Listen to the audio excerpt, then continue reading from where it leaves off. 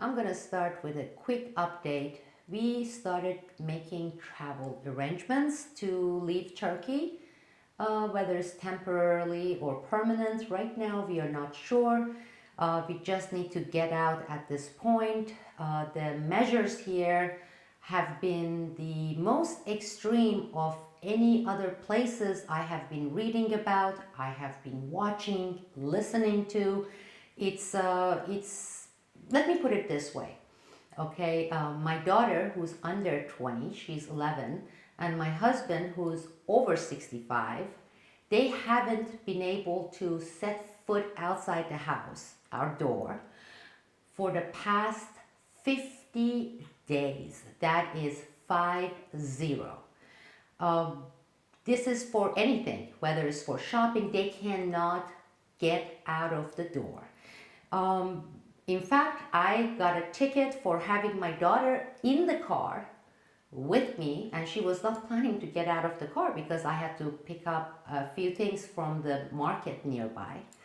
And my husband also was stopped and fined, this is 48, 49 days ago, for being inside the car. This is not being in the public. And you know, your car is your own personal vehicle, is your personal property. You're not out in the public. He was not planning to be out in the public.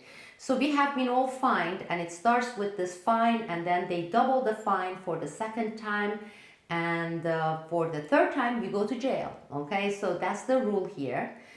And some of the other updates I have been talking about, I have been posting on Twitter about the coming rules for the shopping areas, the stores, shopping malls. They are Orwellian, or maybe even beyond Orwellian. So we are making travel arrangements to be in the United States for a while, see how it's going to end up being here. Because it's not only these measures. The real troubling signs are what's going to come after these initial last 2 months COVID craze. If you look at Turkey's GDP and compare it, let's say, to Germany or the United States, if you look at Turkey's economy, which heavily relies on tourism, the unemployment rate even before this coronavirus hysteria, you will get a pretty good picture on what is awaiting for the public here, for the people here. And nobody is screaming right now. I don't believe it has hit the people.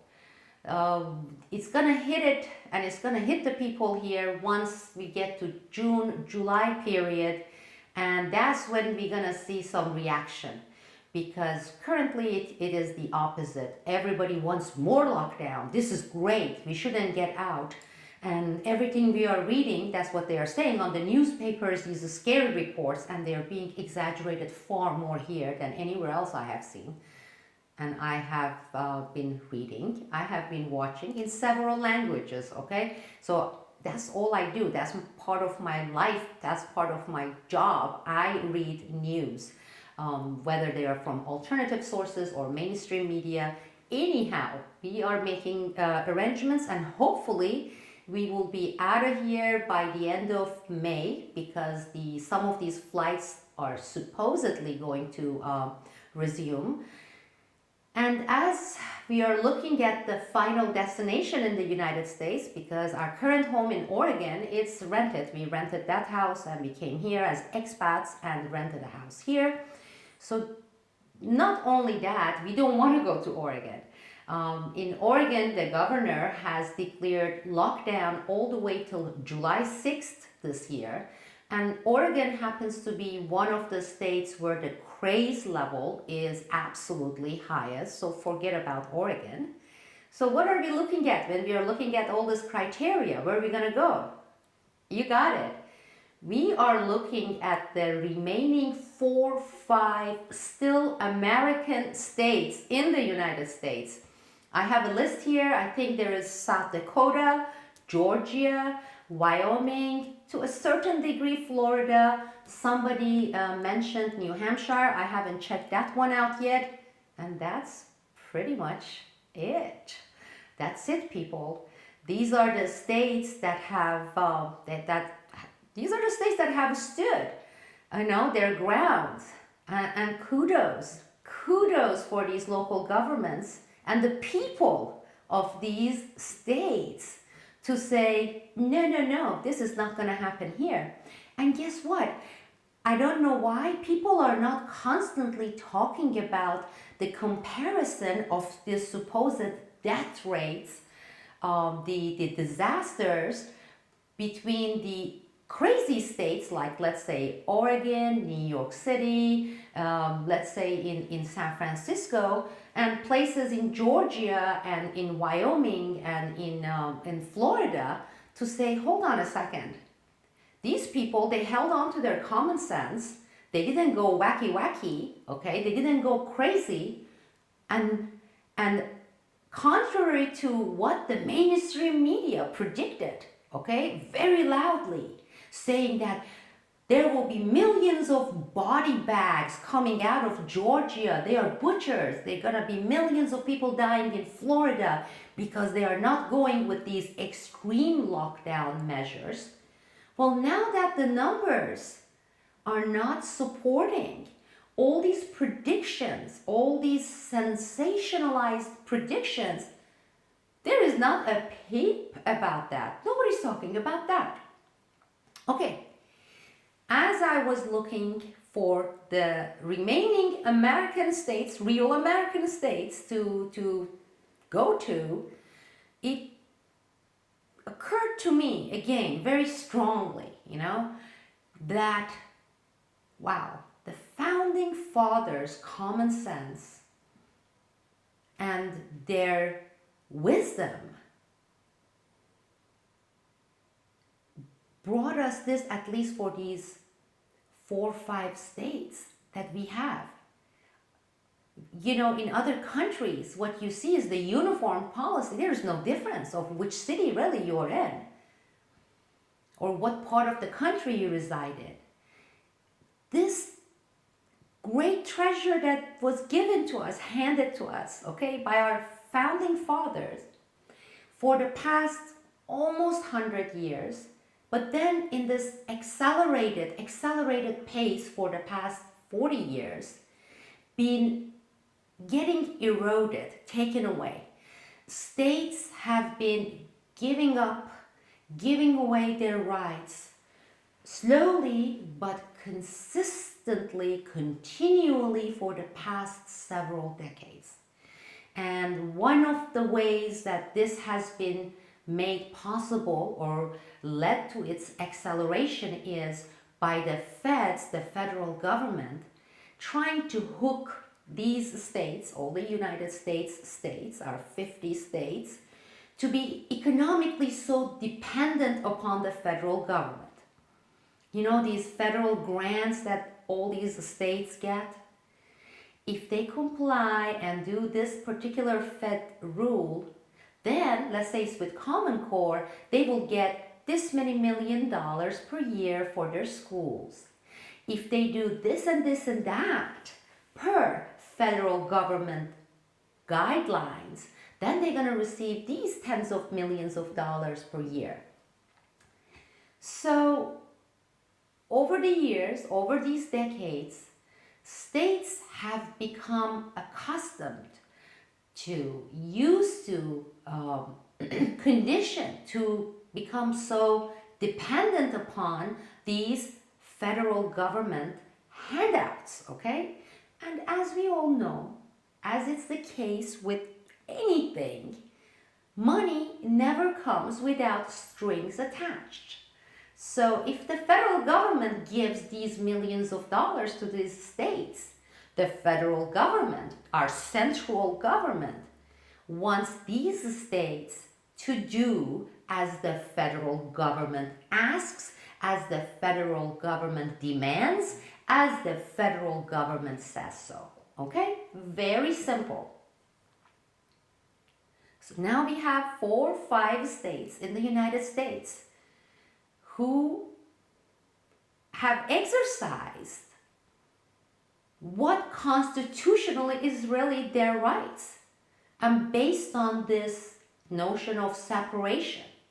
Because for the rest of these states, the separation of powers, the separation between the states has remained only theoretical in the textbooks, in the history books, for show only, not in practice, okay? Not in practice. That got me thinking as well, what if you, the people who are in these states, the 4 or 5 remaining states, what will happen if the federal government starts threatening and upping the pressure on these 4 or 5 remaining American states? And with that, I wanted to have this video, hopefully it will be short, and ask you to hold your ground, okay? Don't get lazy. In fact, let's get more staunch about keeping it as is. And hopefully this also will set an example for some of the other states, at least for people who have common sense in other states to say, heck, I'm either going to move from this state to this particular state because I won't put up with this, or more and more people in other states would demand and pressure their local governments to end this madness. End this madness. And with that, I also remembered a few years ago, there was this movement by some libertarian groups on nullification. And when would it be appropriate for the states to actually, I don't want to say secede, but to say, no, okay, no, we're not going to do this. And if you continue pressuring us or declare war on us, we are going to nullify. You know, we're going to do it constitutionally. We're going to do it through our state's own Congress, their own representatives of the people in those states. We may even have ballots. And they were poo-pooed, and a lot of people started, when I was talking about people going so crazy against common sense because they are programmed so by the mainstream media, by the academia, people started calling them racist. You want to go back to the plantation era. This was not the notion they were putting forward. But no, just leave it to the mainstream media, to Hollywood, to the neoliberal academia, and they can turn anything you say. They can turn any decision, any action into either sex, gender, or race, okay?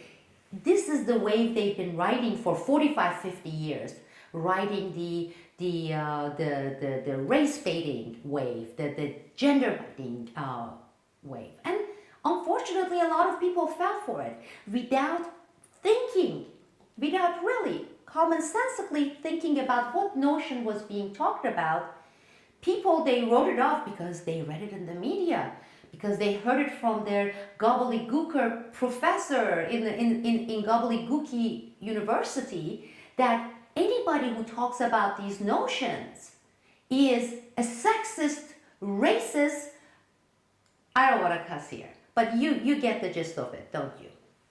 Now, with the timing being so ripe to bring back this notion of nullification, okay? Or let's not even say nullification.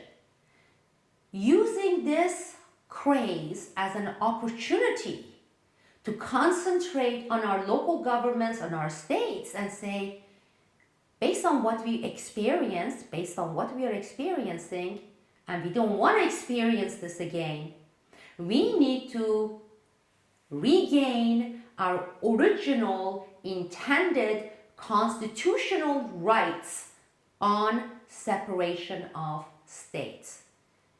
And we don't want to, day by day, give up those rights to the federal government, because you know what the federal government wants you to do, right? Here, you just got a taste of it, okay? This was just the appetizer. This is not their main course. This was an appetizer, as was what they started doing after 9/11.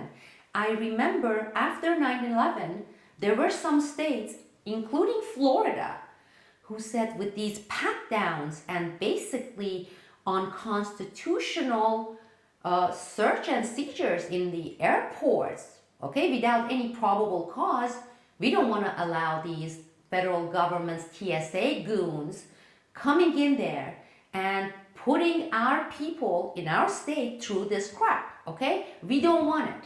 Do you know what happened? Oh yeah. The federal government said, basically, they threatened Florida as well. They said, you do that and you won't have any flights there, okay? You'll have a war in your hand. So Florida backed off. That was an appetizer. 9/11, post 9/11 measures were appetizers.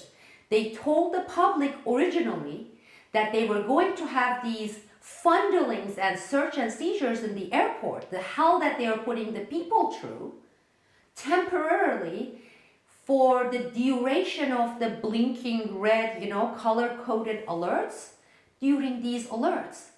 Do you know that the United States really hasn't had the code red or even code orange alert system? Yet, TSA goons have stayed. They are there. They were put in there permanently, even though the federal government told the public that these were temporary measures.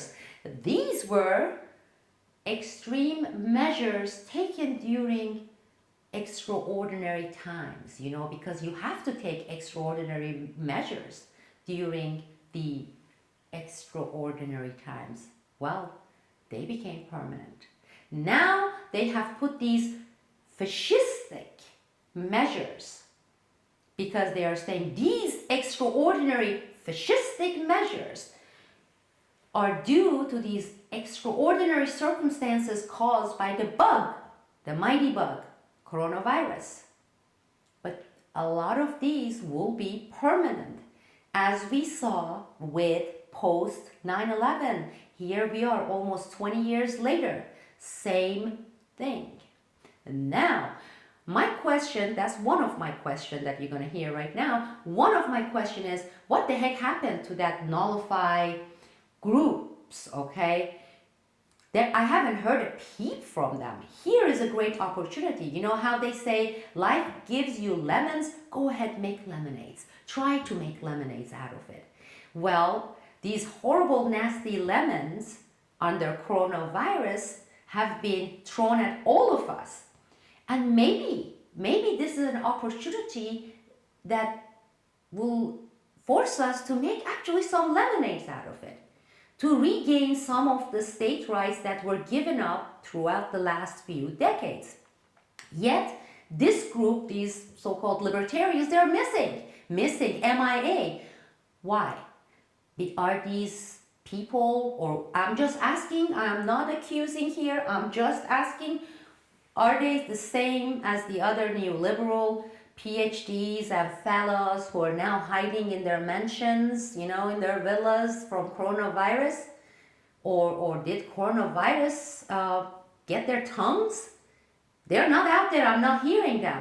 This is the time, this is the opportunity to inform people, to let people know, to show people that here there are certain things we can do, we can put in place to contain these powers' crazed process to get us to a point where there is nothing left. But I haven't heard from them. If they have been speaking up, please let me know. Give me the link on the comment sections. Put it in the comment sections, or I haven't heard, and I have been looking, okay? They need to get out of their mansions, okay? And they need to voice some of these issues. This is the time to do it. This is the time. And finally, okay, as I'm making this preparation to get to myself and my family into one of our 4 or 5 remaining American states, I want to ask you to think about this and answer it. if the powers are using and creating these extraordinary circumstances to implement their intended extraordinary measures, shouldn't we, the people, shouldn't we also engage right now during these extraordinary times? Shouldn't we also take extraordinary measures in reaction and to counter, in reaction to and counter theirs? Extraordinary times indeed. Thank you all. This is Sibel Edmonds, and probably I'll see you again tomorrow.